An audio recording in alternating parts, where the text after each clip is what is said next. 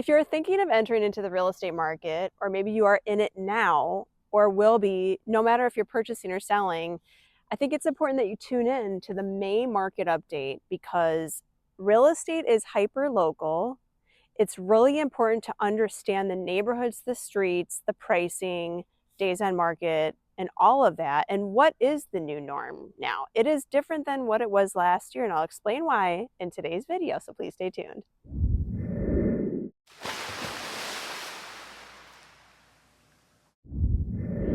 Nobody is more hyper-vigilant than a seller about to enter the market or a buyer out on the prowl trying to find real estate, right?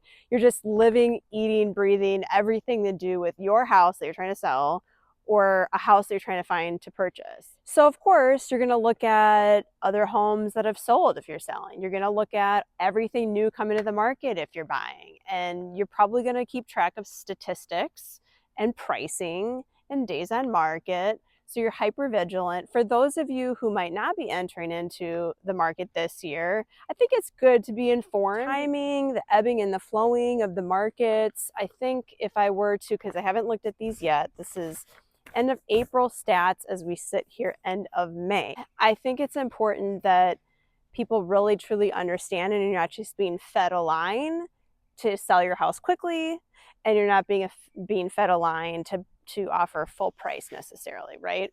Be hyper vigilant, ask questions. I think question asking to your agent is a really big piece of this. Like, you never want to overpay for a house that you're buying, and you don't want to leave money on the table. Obviously, if you're a seller, everybody's worried about their pocketbooks no matter what. And with the cost of living going up, we know everything has gone up. Going to the grocery store, I mean, I spent $200 easily each trip, and that's just me and my dogs and my kitty. So I can only imagine, you know, for a family of 4 or family of 6, like it's just, life is expensive. The values of property over time have gone up. They don't tend to go down. They might go down short term like we've seen in the last couple of years, right? But over time, over the long term, the values go up, the cost goes up, the tax basis goes up.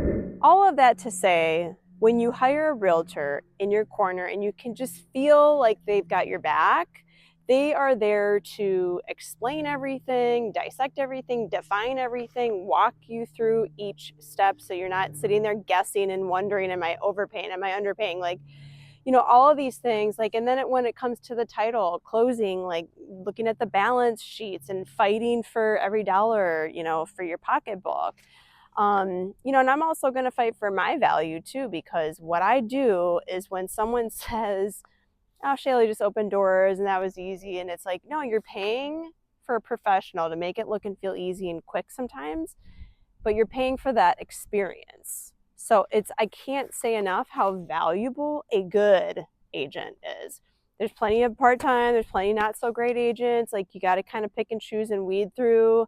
ChatGPT is a great tool. Gemini is a great tool. People are going to research. They're going to research both the real estate and their realtor. I would hope that you would interview a few people, especially if you have a high dollar property. And frankly, even if it's not, because most people, your real estate is generally your largest asset over a lifetime, okay? And maybe that's changing, but generally speaking, it's still the case, right? So let's dive on in. Y'all know where I like to start. It's the inventory. Where did we land end of April? I'm curious. Well, 4.7 months. What does that mean? If I'm just looking at inventory, 4.7 months, again, for Sarasota County, single family homes only. It's a better gauge of the health of the market versus condos. Because I read an article, I think it was this week, my broker Mark sent out, that condos over the last 2 years, the values have gone down by 22%, I think. It's kind of doomsday scrolling, but it is reflective a little bit of the downtown, like especially the interior downtown condo market in Sarasota. Not so much the luxury high-end, you know, beautiful views, brand new, like some of those. But some of the downtown condos have really taken a hit. You look at the overall big picture, like, did you buy in 1990? Okay, then you're up a lot. Did you buy a year ago? Okay, then you're down. Like, it's timing too. It's not, I shouldn't say timing. It's not timing. It's time in the market. Okay. And time in today's market is 4.7 months on average. That's healthy. That's normal. It might not feel healthy or normal to a seller, especially when you get into the upper bands, like 3 million, 4 million, 5 million, 10 million and above. It is not uncommon for some of those properties to sit at least 6 months, okay, with several price drops. Maybe they went under contract, maybe they fell through. Things do happen. It's called life. You know, you have to pivot. Honestly, the name of the game, other than lead generation in my business, is pivoting. It's getting leads and pivoting constantly. So 4.7 months is healthy. I don't care what anybody says. You have to look at where you are trying to buy or sell, okay? You call me and you consult with me. I would advise talking to me, talk to a few different people. I mean, of course, I want you to call me selfishly, but I know what I'm doing. I've done this for 24 years in this market. I don't want to say I've seen it all, because next thing you know, we're going to have a real apocalypse. So I have never seen it all. I'm never going to know it all, but I do have reference points. I do care about my clients. I want to guide you through these very big decisions. You know, you don't want to price it so low where it's like you get 20 offers. That doesn't happen in 2026, okay? It really doesn't. I'm standing in front of a house in North Venice. I'm about to do an open house. It's day 2 on the market. We have 5 showings scheduled. We have it priced at $599. Those are good indications that I'm hoping it'll go quickly. I don't know when it'll go, but that's a great indication of activity. 4 today, 1 tomorrow. We had 1 yesterday. So to me, these are just data points that we use when we're talking with a seller, right? When we're trying to sell the house. So good signs. And you know, you price it at $599. We didn't go higher than that. We're trying to catch the market. We're trying to catch the under 600 market. Why? Because it has a pool, has a spa, has all the updates. It's on the lake. It's beautiful. It's move-in ready. It has all the things that people want. No carpeting. Check out that video on my playlist, by the way. Address is 172 Cohosh Road, Nokomis, and it's right on the border of North Venice and South Nokomis. Price it well, it'll move. I'm not worried. I think we're very well aligned so far, so we'll see.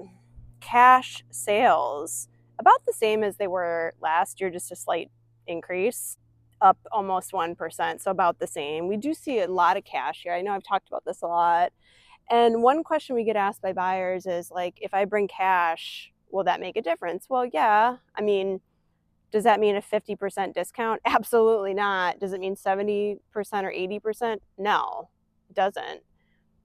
You have to look at, and I can't answer that in a blanket statement either. So you have to look at the property, look at the pricing, how many days on the market, talk to the agent. This is like a communication business. I'm always amazed that like agents on the other side just fail to communicate. They're out here showing 30 houses and they're going like this, and they're not picking up the phone. They're not being strategic. They're not being smart for their buyer. They're not being smart for the seller, because you've seen 30 houses. How are you going to remember my seller's house if you've seen 30 houses? You're like, I don't know. And they never give you feedback, or like I have to chase them, which of course I always do, because I want to know. I'd like to know how I can help sell this for my seller. Right. I represent my seller and her best interest. There's doing a service and there's doing a disservice. When you're haphazard, you're not organized, you're all over the place, you're showing 10, 20 in a day, that is insanity. There's not enough on the market to show that many. And frankly, you're not doing your job as an agent. This is my opinion. People that have to look at everything. I've done that. I've done all of that. I understand that.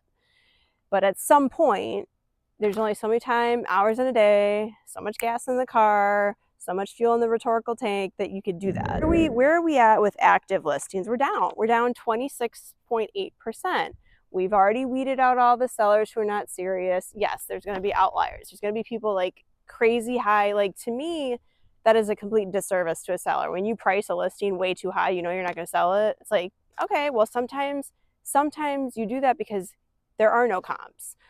And there's no cost basis to compare it to for anything that's sold. Maybe nothing sold in the last year. We don't know. And so there's going to be outliers, but generally speaking, like a little community like this, Wynwood, right? they're all kind of similar, right? It's not the properties that we're seeing that have the low appraisals, because we are getting appraisals coming in low. I just had one. And they're calling this a declining market. And so you can really strike. And I had one close that was a declining market, and it came under. And despite what the appraisal came in at, the bank loaned less than the appraisal value, which is a first for me. And I had to talk to my guy, Brandon Terry, shout out to you, Terry Edge Finance, my guy for financing. I had to call him because I was like, have you ever seen this before? We're seeing declining appraisals. So when you're pricing your properties, sellers, especially the ones that are super unique, you have to be really mindful. Sometimes, I mean, really, really rarely, very rarely will I say, seller, I'm concerned enough for you to pay for an appraisal. Like, go out and get an independent appraisal that's, you know, an inspection done by a certified appraiser to come here and value your house, because I'm having that hard of a time. You know, you have to be creative when it comes to pricing some of these properties. You do have to be mindful as a seller. People are not here to overpay. I don't care how glorious, I don't care if it's Versace's old house. Like, they're not going to overpay for a house. It just doesn't happen. You do have to be mindful of that, and sellers kind of forget. And yes, we can chase the price down, but you're losing days on the market, and ultimately you're going to end up losing in the net, right? It's something I talk about all the time. Another thing I like to look at is median sales price, because the average can be way up or way down depending on like skewed luxury sales. So the median sales price right now is $490. It's interesting to look at other parts of the country. One of the places I'm going to be going to this summer, I'm so excited. If you've watched Yellowstone, you know, Bozeman, Montana. Bozeman, where all the cowboys at. Anyway, Bozeman is in the 800 range median sales price, which I found really interesting. Of course, like, they have acres and acres of land and their ranches and things like that. But 490 compared to 800 in Bozeman, it's a steal, honey. And listen, my guy DeSantis with this homestead tax, now he's talking about taking $250,000 off of the taxable value. That's going to help the lower level value. I hate to say it like that. The people that have lower valuations, it's going to help those people the most, right? We're not helping the multimillionaires and the billionaires. We're helping the lower value properties, which is amazing. I vote low tax. I'm just putting that out there. But if you want to pay more tax, listen, we'll probably get taxed on goods, the cost of goods and sales, you know, sales tax or whatever, but then you have a choice too. So I don't know. It all comes out in the wash. We're all paying for it anyway, I guess. But like, obviously as a realtor, I'm partial to lower operating costs of real estate, okay? And if we have less taxes, maybe we can pass that on to our renters too, and our vacationers who come here, which is a big part of our tourism and, you know, the money that comes into our state, which we are a net positive, by the way. That's why DeSantis is able to even offer this as an appealing option for people who own real estate. Not investors, not snowbirds, people that live here as a primary residence, your homestead, which is considered 6 months and a day, and you have to prove that. That's pretty much it. Oh, here's another really good point, is days on contract. What's like the average? The median time to contract from listing to going pending is 46 days. And likewise 86 days to close, which makes sense, right? So if a typical closing is 30 to 45 days. Anything past 45 days, like the parties, after that much time, it's like, okay, let's move on, let's close this, let's get our money, let's move in, whatever. So that's very typical. So that's 46 days. 46 days is not that long. It's 2 billing cycles, guys. That's very quick. Again, these are just for properties that are priced right. The properties that are priced right, that are going under contract, not the ones that are lingering forever and ever and come and go and list and come back on. It's like, no, those are not included in this. The active inventory it's 3,258 homes. So we're down 26.8%. Oh, I did mention that already. New listings are down too. Brand new listings are down 12%, which is great. We don't need a gluttonous amount of inventory. keeps what's on the inventory a little healthier, more appealing.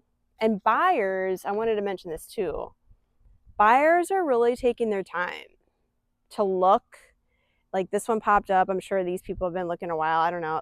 Most likely the people looking at this house have probably looked for a while. They're like, oh, I really like this neighborhood, but I want this, this, this. Well, this one checks all the boxes anyway, but so I'm not worried. It's like, it's beautiful. And just again, please check out the video because it's beautiful, it's private, it's quiet, and it has all the Florida things that you want. The pool spa, the yard is like, that's where you want to be. So anyway, I hope that's helpful. Again, your realtor should be your advocate. They should be very highly communicative with you. I can't say that enough. Respond, right? Everybody's traveling, everyone's on a plane, everyone's going places, doing things. They have kids, there's school, there's summertime, like preparing for school, coming off school, like grandkids, divorces, health. There's always stuff. And if your realtor's not available, they need to make sure that you have an advocate in their place. Everybody needs vacation, you know? And anytime I go away, I just go away. And I have someone in place so that I know I have a body here, at least. If I need a body here, I have that. And I always have a backup, no matter what. And I've got a great office and great team of attorneys, title, and all that stuff, vendors, no matter what. So I'm just a phone call away. I know that sounds so like catchy, but I am. And I'm available and I respond. I know it's weird. So you call me anytime if you have a property in Manatee, Sarasota, or Charlotte counties. That's a big area. From waterfront to mainland, kind of everything in between. I have a 44-page CV, curriculum vitae. I know it sounds like a lot, but there's a lot that I do. And you know, you really do have to compare apples to apples, especially for sellers who are trying to hire an advocate for them and who's going to curate a marketing plan just for you, seller. Every seller is different. Every time on the market or in the market is different. And what your marketing and advertising needs should be different as you are as a person. I really do think that. There are the tried and trues, definitely. And there's no magical thing that I'm going to say, but I know pricing, I know this market, and you should call me, 941-544-7690.